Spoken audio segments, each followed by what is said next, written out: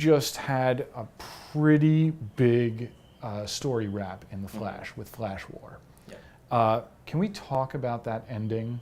Yeah, which ending do you want to talk about? Well, okay, there's a couple. I feel like there's like 3 or 4 in Yeah, it, so I'm always like, which one do you want to talk about? There's a couple We of can talk about endings all of there. them, yeah. So let's start with the last ending, because you said the magic word that no Flash fan ever wants to hear, which is crisis. Oh, yeah, just crisis. Yeah. So what can you tell us about that? I mean, I've been telling this to people ever since we started talking about Flash War, when we started publicly talking about it at New York Comic Con last year, was that Flash War was really going to be the beginning of a Flash story. It wasn't going to be something that stands on its own. And really what we saw was really the first battle of this big war, this big storyline we're going to be planning. And you can see that Hunter talks about it. Like, Hunter is like, there is something coming that is bigger, and there needs to be a Flash, right? Like, for every big crisis, there always has to be a Flash, right? Like, they're so tied into the heart of the DCU, and they're always a part of any kind of big crisis story.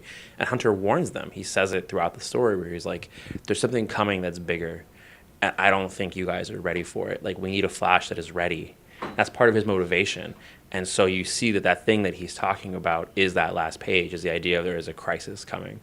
And that mysterious character, is that a new character, or is that somebody that we've seen before? It's a weird mix of both, I guess. The best way to put it is that it is a new character who will have a history with the Flash family. That's the best way I can put it. It's definitely something we're trying to build. It's going to be a little bit of a slow burn. I really do feel like I want it to be the equivalent of like Doomsday for Superman will be that character for Flash.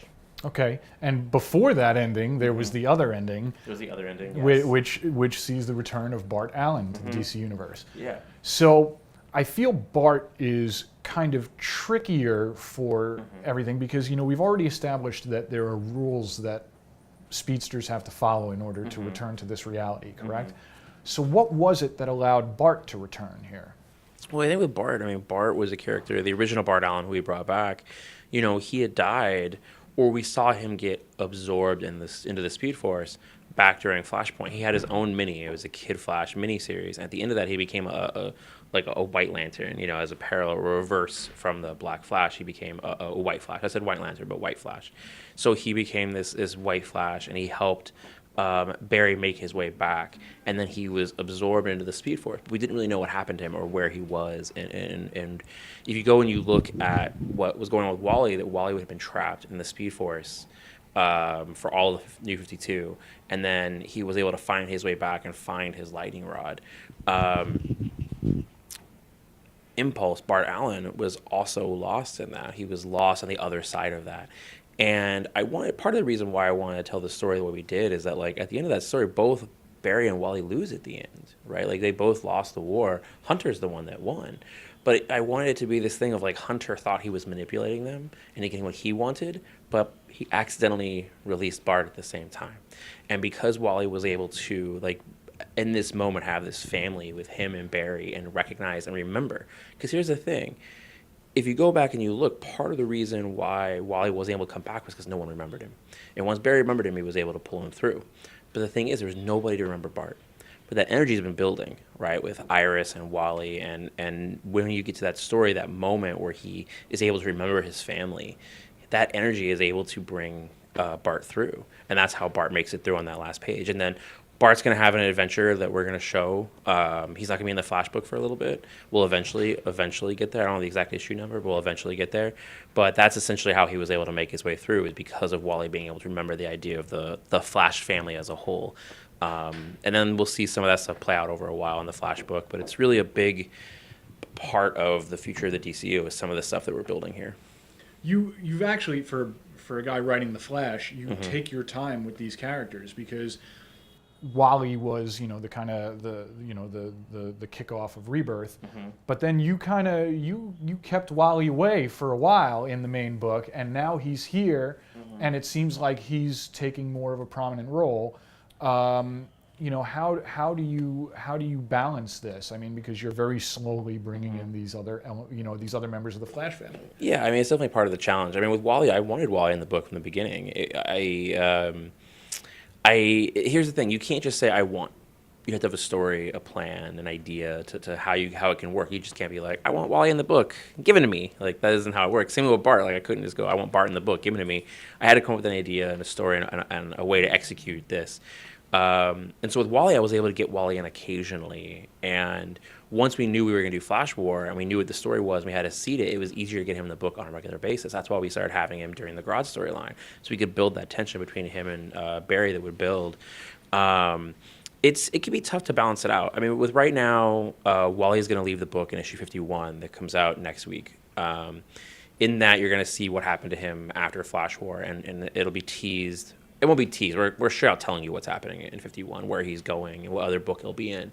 Because his story is going to continue. Like it'll be one of the after effects of Flash War will continue elsewhere with Wally, and the book's going to focus on Barry for a little bit. So that's part of it. It's almost like this. It's a weird push and pull, like roller coaster ride of bringing the Flash family apart and then bringing them back together, and bringing them apart and bringing them back together.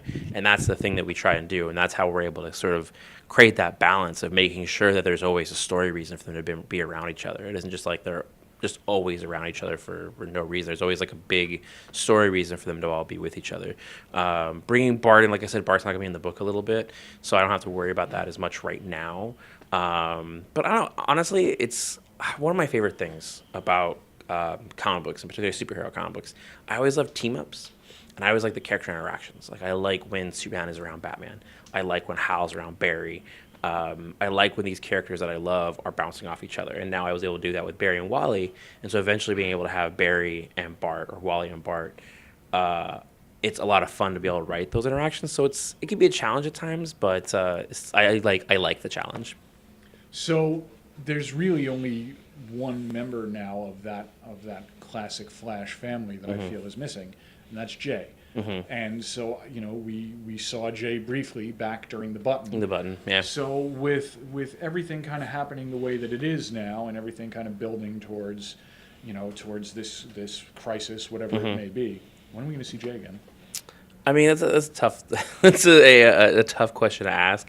I mean, he's definitely out there. I can't really say where he's going to show up next. I know, but I can't really say.